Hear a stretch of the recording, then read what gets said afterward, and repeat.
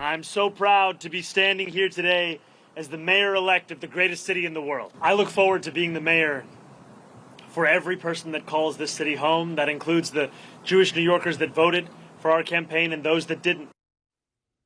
In our politics lead, that's New York City Mayor-elect Zohran Mamdani earlier today, fresh off his historic election victory, announcing an all-female slate of transition advisors as he prepares to take over City Hall in January. Here's what President Trump said about Mamdani's victory this afternoon. If you want to see what congressional Democrats wish to do to America, just look at the result of yesterday's election in New York, where their party installed a communist as the mayor. We're going to see how that works out. We want New York to be successful. We'll help them a little bit, maybe. Let's bring in Christine Quinn, the former Speaker of the New York City Council, and Alyssa Farah-Griffin, CNN political commentator and former White House communications director in the first Trump administration. So we're learning about the first senior official to resign following Mamdani's big win. New York City Fire Commissioner Robert Tucker is reportedly going to step down next month. A person familiar with his decision told Bloomberg it was, quote, influenced by his Zionist views and belief that he could not continue to serve under Mamdani. The person said Tucker concluded that remaining in the administration would be inconsistent with his principles, unquote. We asked the fire commissioner to comment, and we were sent a copy of his resignation letter, which confirms he plans to step down and, quote, will ensure an orderly transition. So, Christine Quinn, you're a former Speaker of New York City's City Council. What's your reaction? And might this portend something for a Mamdani mayorship or not? You know, people often move on, commissioners, deputy mayors. It's not a surprise. Look, everyone knew Eric Adams wasn't getting reelected, so people could have been looking for a job for quite some time.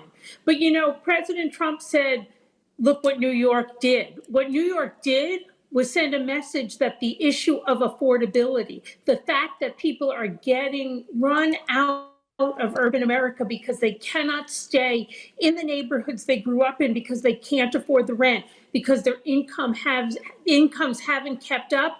That's what people care about. And it's that focus that New Yorkers said, we want that.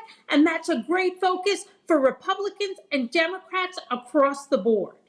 I want to play part of the mayor-elect's message to his opponent, former Governor Andrew Cuomo, during last night's victory speech. I wish Andrew Cuomo only the best in private life. But let tonight be the final time I utter his name.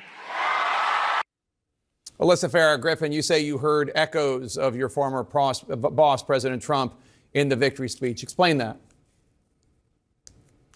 Listen, it was a moment for Mamdani to be magnanimous and to show that he could rise to the occasion and unite New Yorkers. Listen, he performed very, very well on the campaign. He's no doubt an incredibly talented politician. But there are New Yorkers who are waking up this morning who are fearful of what his mayoralship is going to look like. Jewish Americans who are very concerned about some of the very heated language he's used, now walked away from in the past, but also business people who make their living in New York and are concerned about what the future of the country's economic capital could look like under a socialist. And I think it was a moment where he could have taken the Abigail Spanberger approach, thanked his opponent, said he wants to be mayor as much for those who didn't vote for him as for those who did. And it felt like instead a very, very divisive speech, pitting people against each other based on their socioeconomic status. A missed moment for somebody who I think a lot of folks were thinking could be the next Barack Obama. And instead it felt like he was really doubling down on the core base that elected him rather than trying to reach a broader swath of New Yorkers. The National Republican Congressional Committee is not surprisingly already out with a new ad that stars Mamdani. Here's a little clip of it.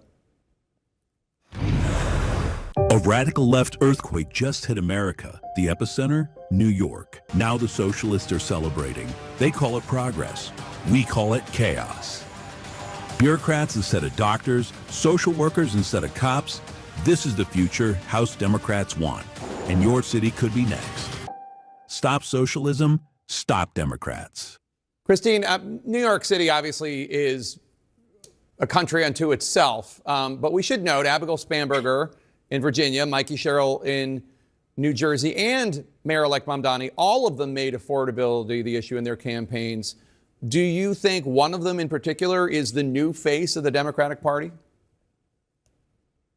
You know, these ads where they make Nancy Pelosi or former mayor of New York, Bill de Blasio, into communists, we're used to those as Democrats. They always do that every year. What I think and hope the face of Democratic politics moving forward is all of the elected officials out there at high levels and at local levels who are drilling down, not just talking about affordability, but addressing it. Because if we can actually do our jobs and make people's lives better, allow them to stay in the neighborhoods they grew up in, help them get into better jobs that really pay a living wage, then we will continue to grow on the support of the American people that we saw across the board last night. And that really is the job of elected officials and a political party.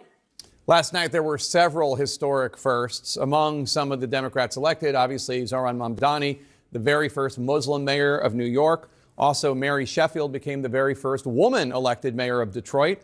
Abigail Spanberger, the very first woman elected as governor of Virginia. Virginia's new lieutenant governor-elect is the first Muslim woman elected statewide in any state in the United States. Erica Dusso, the state's first openly transgender mayor. That's in Downingtown, Pennsylvania. Christine, your response? Yeah, I think it is great. I think it shows that diversity is one of the greatest strengths of the Democratic Party. And it also shows that some of these issues, like transgender rights, that the Republicans have just beat a drum on over and over and over, are not a concern to most of America. America is concerned that they don't have enough money to pay their groceries. They're concerned that tariffs and inflation have cost them money and made their lives more difficult, made their paychecks go not as far. That's what people care about, not, opposition or fear to transgender people that the Republican Party has tried to stoke. And Americans want their government to reflect their country, which is the greatest melting pot, a country built on the, sweat and tears of immigrants who've made us such a great place. And I think that message came out from all corners of America, even small towns in Pennsylvania.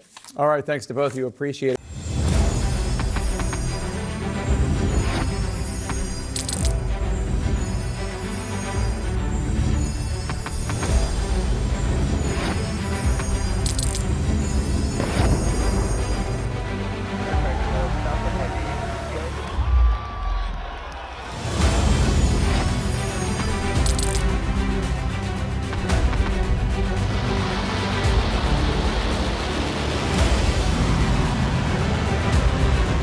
Been fighting so long and so hard that they don't know what the they're doing.